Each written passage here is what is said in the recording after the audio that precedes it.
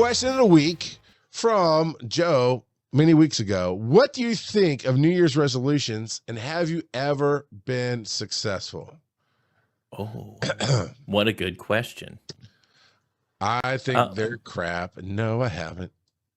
I'm not a New Year's resolution fan. To be fair, I'm not a New Year's fan. I'm not a cynical person by nature. I'm a very positive, whimsical, I love believing things are there. I'm that kind of person. But New Year's, I don't care. I hate it. I don't understand it. I go to bed, I wake up, nothing's changed. The laundry's still in the basket. I don't know. I'm not a new person all of a sudden. I don't get to start over. All I can do, and this is the way I face every day. I wake up, try to do the best you can do, and keep moving through your day. And I'm not a good planner, so New Year's resolutions don't work for me. But one thing I do like, and I can share this with your captive audience, is I like trying to pick a theme for the year. I like trying to pick a word that means something to me or to my family that we can write down on the whiteboard and just kind of refer back to. Like last year, it was all about consistency. Like, if whatever we do, let's just try and do it regularly. Let's try and make some habits throughout the year. And sometimes that's successful. It wasn't real specific. It was just, okay, this is one thing I want to look at as we move through the year every once in a while. Just go, are we being consistent with the meals? Are we being consistent with doing our homework on time? Am I doing consistent things with my job and journaling and those kind of things? So this year's word is authenticity. I've chosen authenticity because I feel like, as a people pleaser, I like to I analyze the things I say to people to try and make sure that they are the things that person is comfortable hearing or wants to hear. And that can be nice when you're in a group of strangers and you don't want to cause any conflict. But the problem is you can create connections with people that you weren't ever naturally going to get along with that you now have to get along with. Yeah. You know what I mean? And that's tough. So authenticity can help you find the people that are actually in your space that you can really enjoy and be with. Saying, nah, I'm good. That's not what I meant at all. Yeah, that's tough to do. And I think back of when I was, side note, I need a time machine just to bring my younger bored self now to get more stuff done now, because I don't have the time. I still have all the desires and some of the energy. I just don't have the time. But, when I was young and really hungry, had nothing better to do. I was really just building the empire that is podcasting that I'm in now. And we're at a conference, and it took like the third person of what you were just saying, just people that I don't resonate with what you're doing, although I didn't really understand resonation then and the words. Mm-hmm. That I just don't click with what you're doing. This isn't where I want to go. I feel like I'm in the wrong place. And after the third person, like, oh my God, Success Street, you got to come do this. And I ended up on top of this gaudy Winnebago inside of the expo hall with this long-haired rock and roll guy trying to do this edgy stuff, and everything was brought to you by Gunner glasses and this and that. I was like, why am I sitting on top of this Winnebago doing an interview that actually has nothing to do with me? I need to figure out how to go, nah, I'm good, dog. Yeah. 100%. Yeah, that's it. And just I want to make sure that when I present myself, I'm presenting myself as who I am, not who I think that person will be comfortable with. And that's hard. Yeah. But I'm gonna try. I'm gonna try, because there's so many conversations. Like, you ever had the conversation with people like boneless or bone-in buffalo wings? Sure. And people are like, people are serious, like steak people. Oh, you put A1 steak sauce on your steak. What the heck is wrong with you? And you know what? I'm going to say it right here for your people. I like boneless wings, and I'm not ashamed, and they're good. Yeah. Get off my lawn. I don't know what to tell you. I love it. Like, boneless wings aren't real wings. Guess what, dude? Last time I checked, the buffalo doesn't have wings. So, they're chicken. It's all chicken, man. It's all chicken. Yeah. Devo did make it, and I appreciate Devo here. Sorry, no speak pipes tonight. Had to run interference from my wife at 90% off at Hobby Lobby. Yeah. Yeah, That's a no lot. kidding.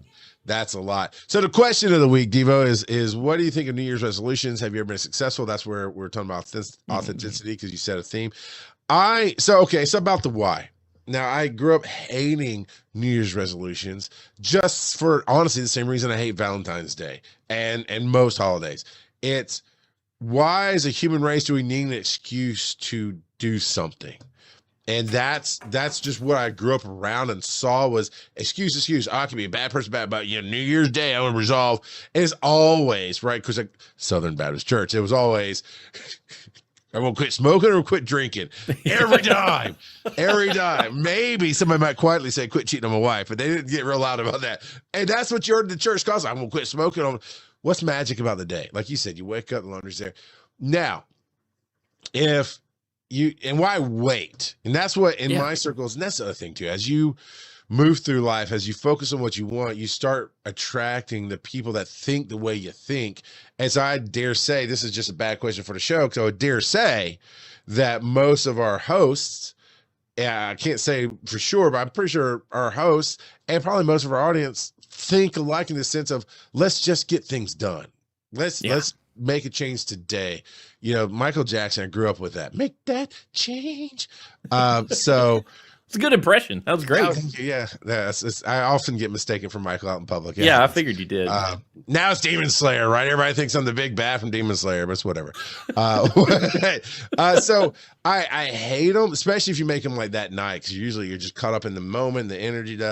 Tomorrow, that's the bad why. Mm-hmm. Now, something that one of my partners has pointed out to me is that while numbers and times can be arbitrary, because they are, I mean, we made them up, right? Our brains want to hang on to something. So, there was always, the moon cycles and the sun cycles, and we just put numbers on it. But our brains like to hang on to something. He goes, I like to make changes like the 15th of the month because the world works on this schedule, and let's just get into the month and see what's going on, make the change and see how it affects without having the big money change, this, that, and the other. So, okay, I can hang on to that. For me, it's triggers for whatever reason the last couple of years around Halloween. I get to thinking about my year and go, I guess because since we hit November, like the year's over, man. We got some holidays, we're out. So I think about what I did and where I want to go next year. And then I start right away. And so I talked to you about the TikToks. I've so far put out 4 or 5 daily TikToks. Yesterday I did not do one, and today I talked about it, and I'm good with that because it's not about the number; it is about getting what you want. And so if that works for you, if you have been successful, then don't let me rain on your parade. Don't let me take away your energy. Now, I'll take it back. It's not crap if you did it and it works for you, because that's the thing, There's so many diets out there. I'm like, they're all stupid. But if you're like, but I did this diet and it worked for you. Well, of course, that's not stupid for you. Good for you. Yeah. The skinny if it works, stick. I appreciate you. What I've heard about the dieting thing is it's just, honestly, for me, it's just putting in a little bit of effort. Like, it's not being lazy about my food choices. That's all, and that makes the world of a difference. If not going to Bojangles for breakfast because I don't have bacon in the house. Go to the grocery store and get the bacon. Bit, sure.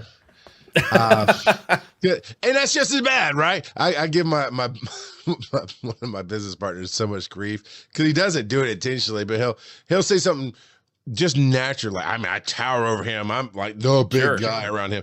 And he'll say something about big guy. I'm like, there you go, fat shaming me again. He's like, no, man, dude. But it is just bad. Because I was leading it. If you're not watching, you should be. I was leading it and going, I was going to go, how heavy are you soaking wet? Why are we talking about diets, Steven_Adams? Because, Look, not all of the diet is about the fat you carry. Sometimes I got heart junk. Like there's things I should be mindful of. Yeah. Steven's heart junk is he's got the biggest heart in the world. That's his heart junk right there. But that is what you say is also true. I think I have a great healthy lifestyle now.